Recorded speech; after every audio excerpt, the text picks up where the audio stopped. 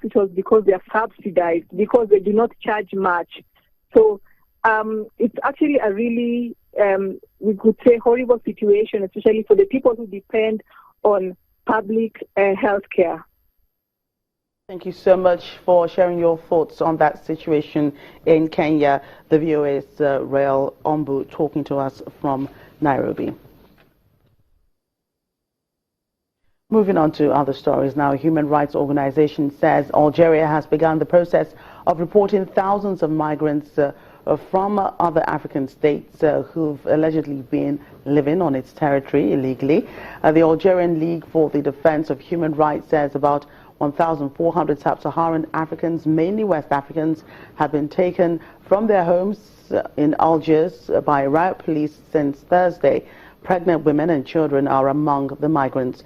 The Alder says that some have been injured and others have been taken to a holding center just outside Algiers. The Algerian authorities warned in late September that they intended to expel tens of thousands of sub-Saharan migrants. There have recently been clashes between migrants and locals in southern Algeria. Right, let's stay with you in Africa, as the Jammeh is to hand over power by the end of January, or is he? The Gambia communication minister says that the defeated president remains in the country and he will hand over power, as he has promised to the president-elect Adama Barrow next year in January, that it's in about a month's time, to effect a smooth transition period. Jammeh has ruled Gambia for about 22 years, and he has not been seen in public since he shocked observers by accepting that he had been defeated in the elections. His defeat was met by wild celebrations this weekend. His absence prompted speculation that a man who scrapped constitutional limits on the length of his rule and has a firm grip on the military might actually keep to his word and hand over power. People do not believe him.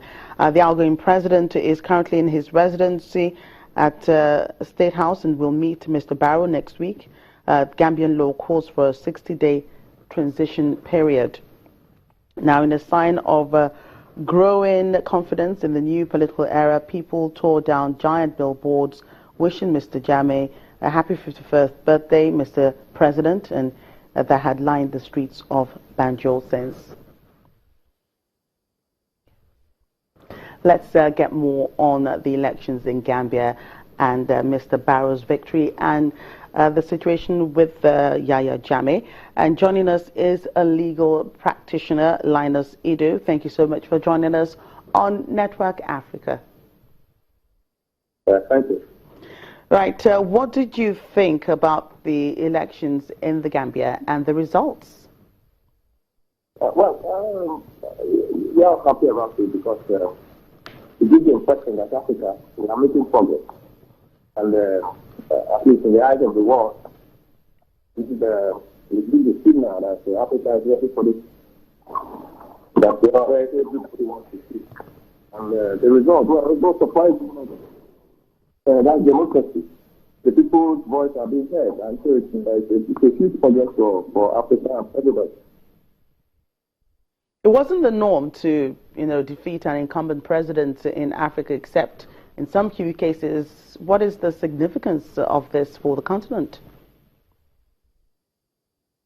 Sorry, I didn't get that. I said it's usually not the norm to defeat an incumbent president in Africa, especially one that has ruled for so many years, that has a grip on power, with the exception of a few cases like this one. What's the significance of this for the continent? Like I said before, everybody is pleased to see what is happening. I want to believe that, of course, Nigeria took the lead and set the case when the former president decided that, look, the blood of, no blood of any Nigerian is worth his ambition. And when the people spoke, they respected it. And it sent a clear message to the rest of Africa, because Nigeria is one of the largest countries with, similar tendencies. But When you have a small country like Gambia, where the man, when you look at the background of the man, it's a military man. It's not easy to defeat a military man in a stronghold. So when such happens, to give joy to everybody, particularly, we accepted the result. You know, so everybody is pleased, and we are seeing very sweet progress. And I think everybody is really very happy about what is happening. Right, thank you so much for sharing your thoughts on that situation in the Gambia. A legal practitioner, Mr. Linus Edu. To other stories now, the United Nations has launched an appeal for a record $22.2 billion to give humanitarian aid to 93 million people in 33 countries next year. UN Humanitarian Chief Stephen O'Brien says this is a reflection of the state of humanitarian need in the world not witnessed since the Second World War. He adds that 80% of the needs arose from man-made conflicts such as those in Syria, Iraq, Yemen, Nigeria and South Sudan. South Sudan has been hit by instability since independence in 2011.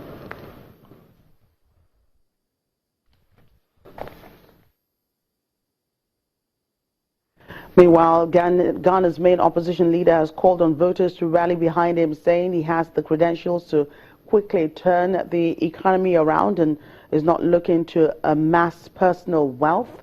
Nana Akufo-Addo told flag-waving supporters at a rally ahead of Wednesday's polls that he would help manage the economy better than the incumbent president, that's President John Mahama. Mahama is seeking a second and final four-year term in what is expected to be a close race between him and Akufo-Addo. Voters will also be choosing members of parliament for 275 constituencies.